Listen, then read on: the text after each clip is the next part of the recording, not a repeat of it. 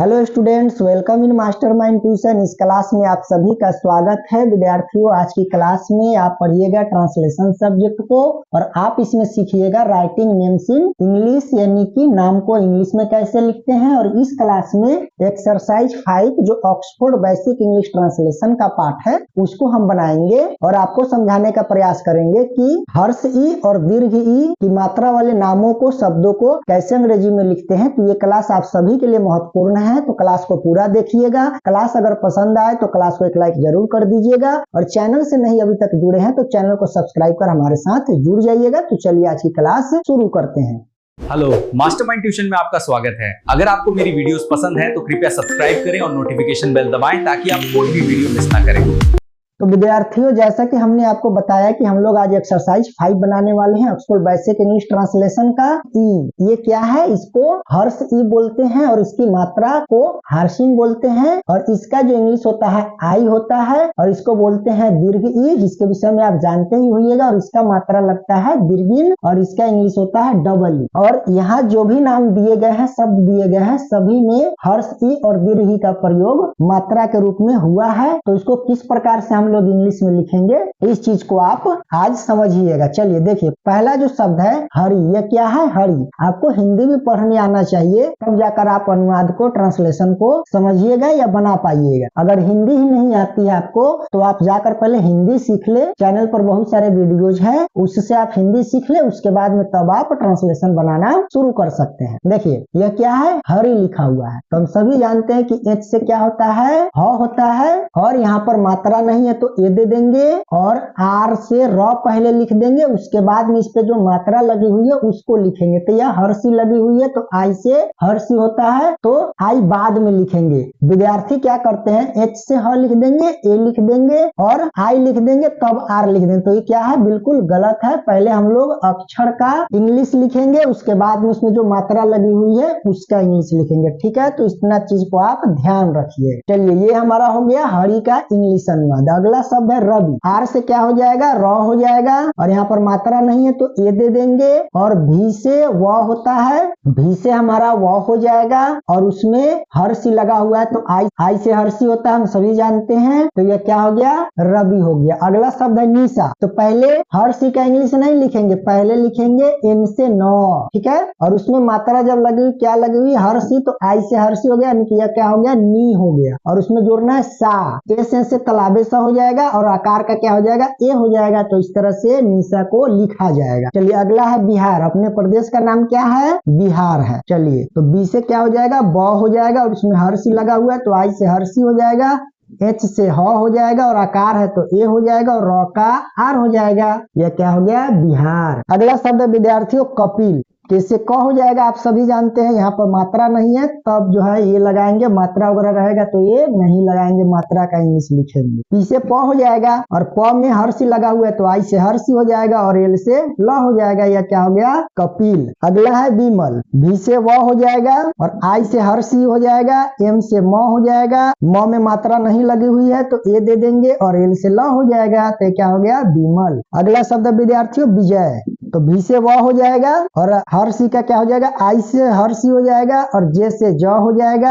यहाँ पर मात्रा नहीं है तो ए दे देंगे और वाई से य हो जाएगा। यह क्या हो गया? विजय। ठीक है, विजय लिखते हैं, विजय पढ़ते हैं। ठीक है, यहाँ पर अगर बी भी लिख दीजिएगा कोई बात नहीं है, वो भी सही हो जाएगा। अगला शब्द है विनय। तो भी से व होता है, आप सभी जानते हैं, और हर्षी का आई हो जाएगा, एम से न हो जाएगा और यहाँ पर मात्रा नहीं है तो ए हो जाएगा और वाई से य हो जाएगा। तो यह क्या हो गया? विनय। अगला शब्द है रांची। पिछले एक्सरसाइज में, यानी कि एक्सरसाइज 3-4 में हम लोग पढ़े हैं अंशुआर चंद्र बिंदु वाला। ठीक है, तो रांची, यहाँ पर आकार भी है और चंद्र बिंदु भी है। तो पहले आर से र लिख लेंगे, ए एन से मस्ते हो जाएगा, रान, और सी एन से च हो जाएगा और दीर्घिन है तो रांची हो जाएगा। यहाँ पर आई भी लिखेंगे तो सही होगा, लेकिन हम चूंकि शुद्ध यहाँ पर बनाएंगे तो यहाँ पर दीर्घ लगा हुआ है तो यहाँ पर डबल ही देंगे। ठीक है, हालांकि यहाँ पर आई लगेगा तो भी यह सही हो जाएगा। अगला शब्द है विकास। तो भी से व हो जाएगा, हर्ष सी का आई हो जाएगा, के से क हो जाएगा, आकार है तो ए दे देंगे और एस से डंटी सा हो गया। क्या हो गया? विकास हो गया।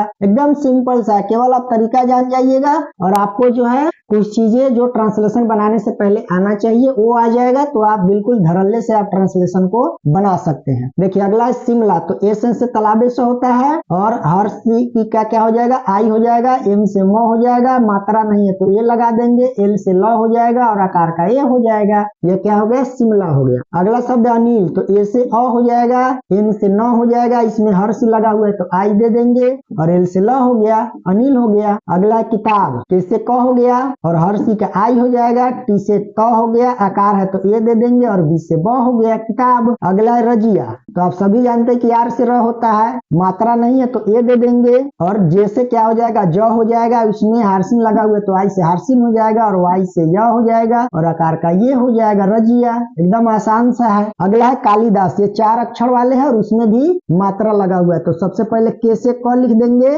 आकार है तो ए दे देंगे, एल से ल हो जाएगा, हर्षी से हर्ष लगा हुआ है तो आई से हर्षी हो जाएगा और डी से द हो जाएगा, आकार है तो ए दे देंगे और एस से स हो जाएगा, कालिदास। अगला है अमिताभ, तो ए से अ हो जाएगा, एम से म हो जाएगा, इसमें हार्स लगा हुआ है तो आई से हार्सिन हो जाएगा, टी से त हो जाएगा, आकार से ए हो, आकार का ए दे देंगे और भ का बीएच से भ होता है, आप सभी जानते हैं, तो ये क्या हो गया, अमिताभ हो गया। अगला विद्यार्थियों हीरा, हीरा में क्या लगा हुआ है, दीर्घ ई लगा हुआ है, यानी दीर्घ लगा हुआ है, तो एच से ह हो जाएगा और आई से हर्ष और डबल ई से दीर्घ, तो डबल ई लगा देंगे और आर से ल दे देंगे और ए से आकार, यह क्या हो गया, हीरा हो गया। उसी प्रकार से राखी है तो आर से र हो जाएगा, आकार का ए दे देंगे और ख का क्या होता है विद्यार्थियों, कि एच होता है और डबल ई से दीर्घ हो जाएगा, तो क्या हो गया, राखी। चलिए अगला शब्द है शीला, तालाबे से है तो एस दे देंगे और दीर्घिन है तो डबल ई दे देंगे और एल से ल हो जाएगा और आकार का ये हो जाएगा, ये क्या हो गया, शीला। उसी प्रकार से लीला, तो क्या दे देंगे, एल से ल हो जाएगा,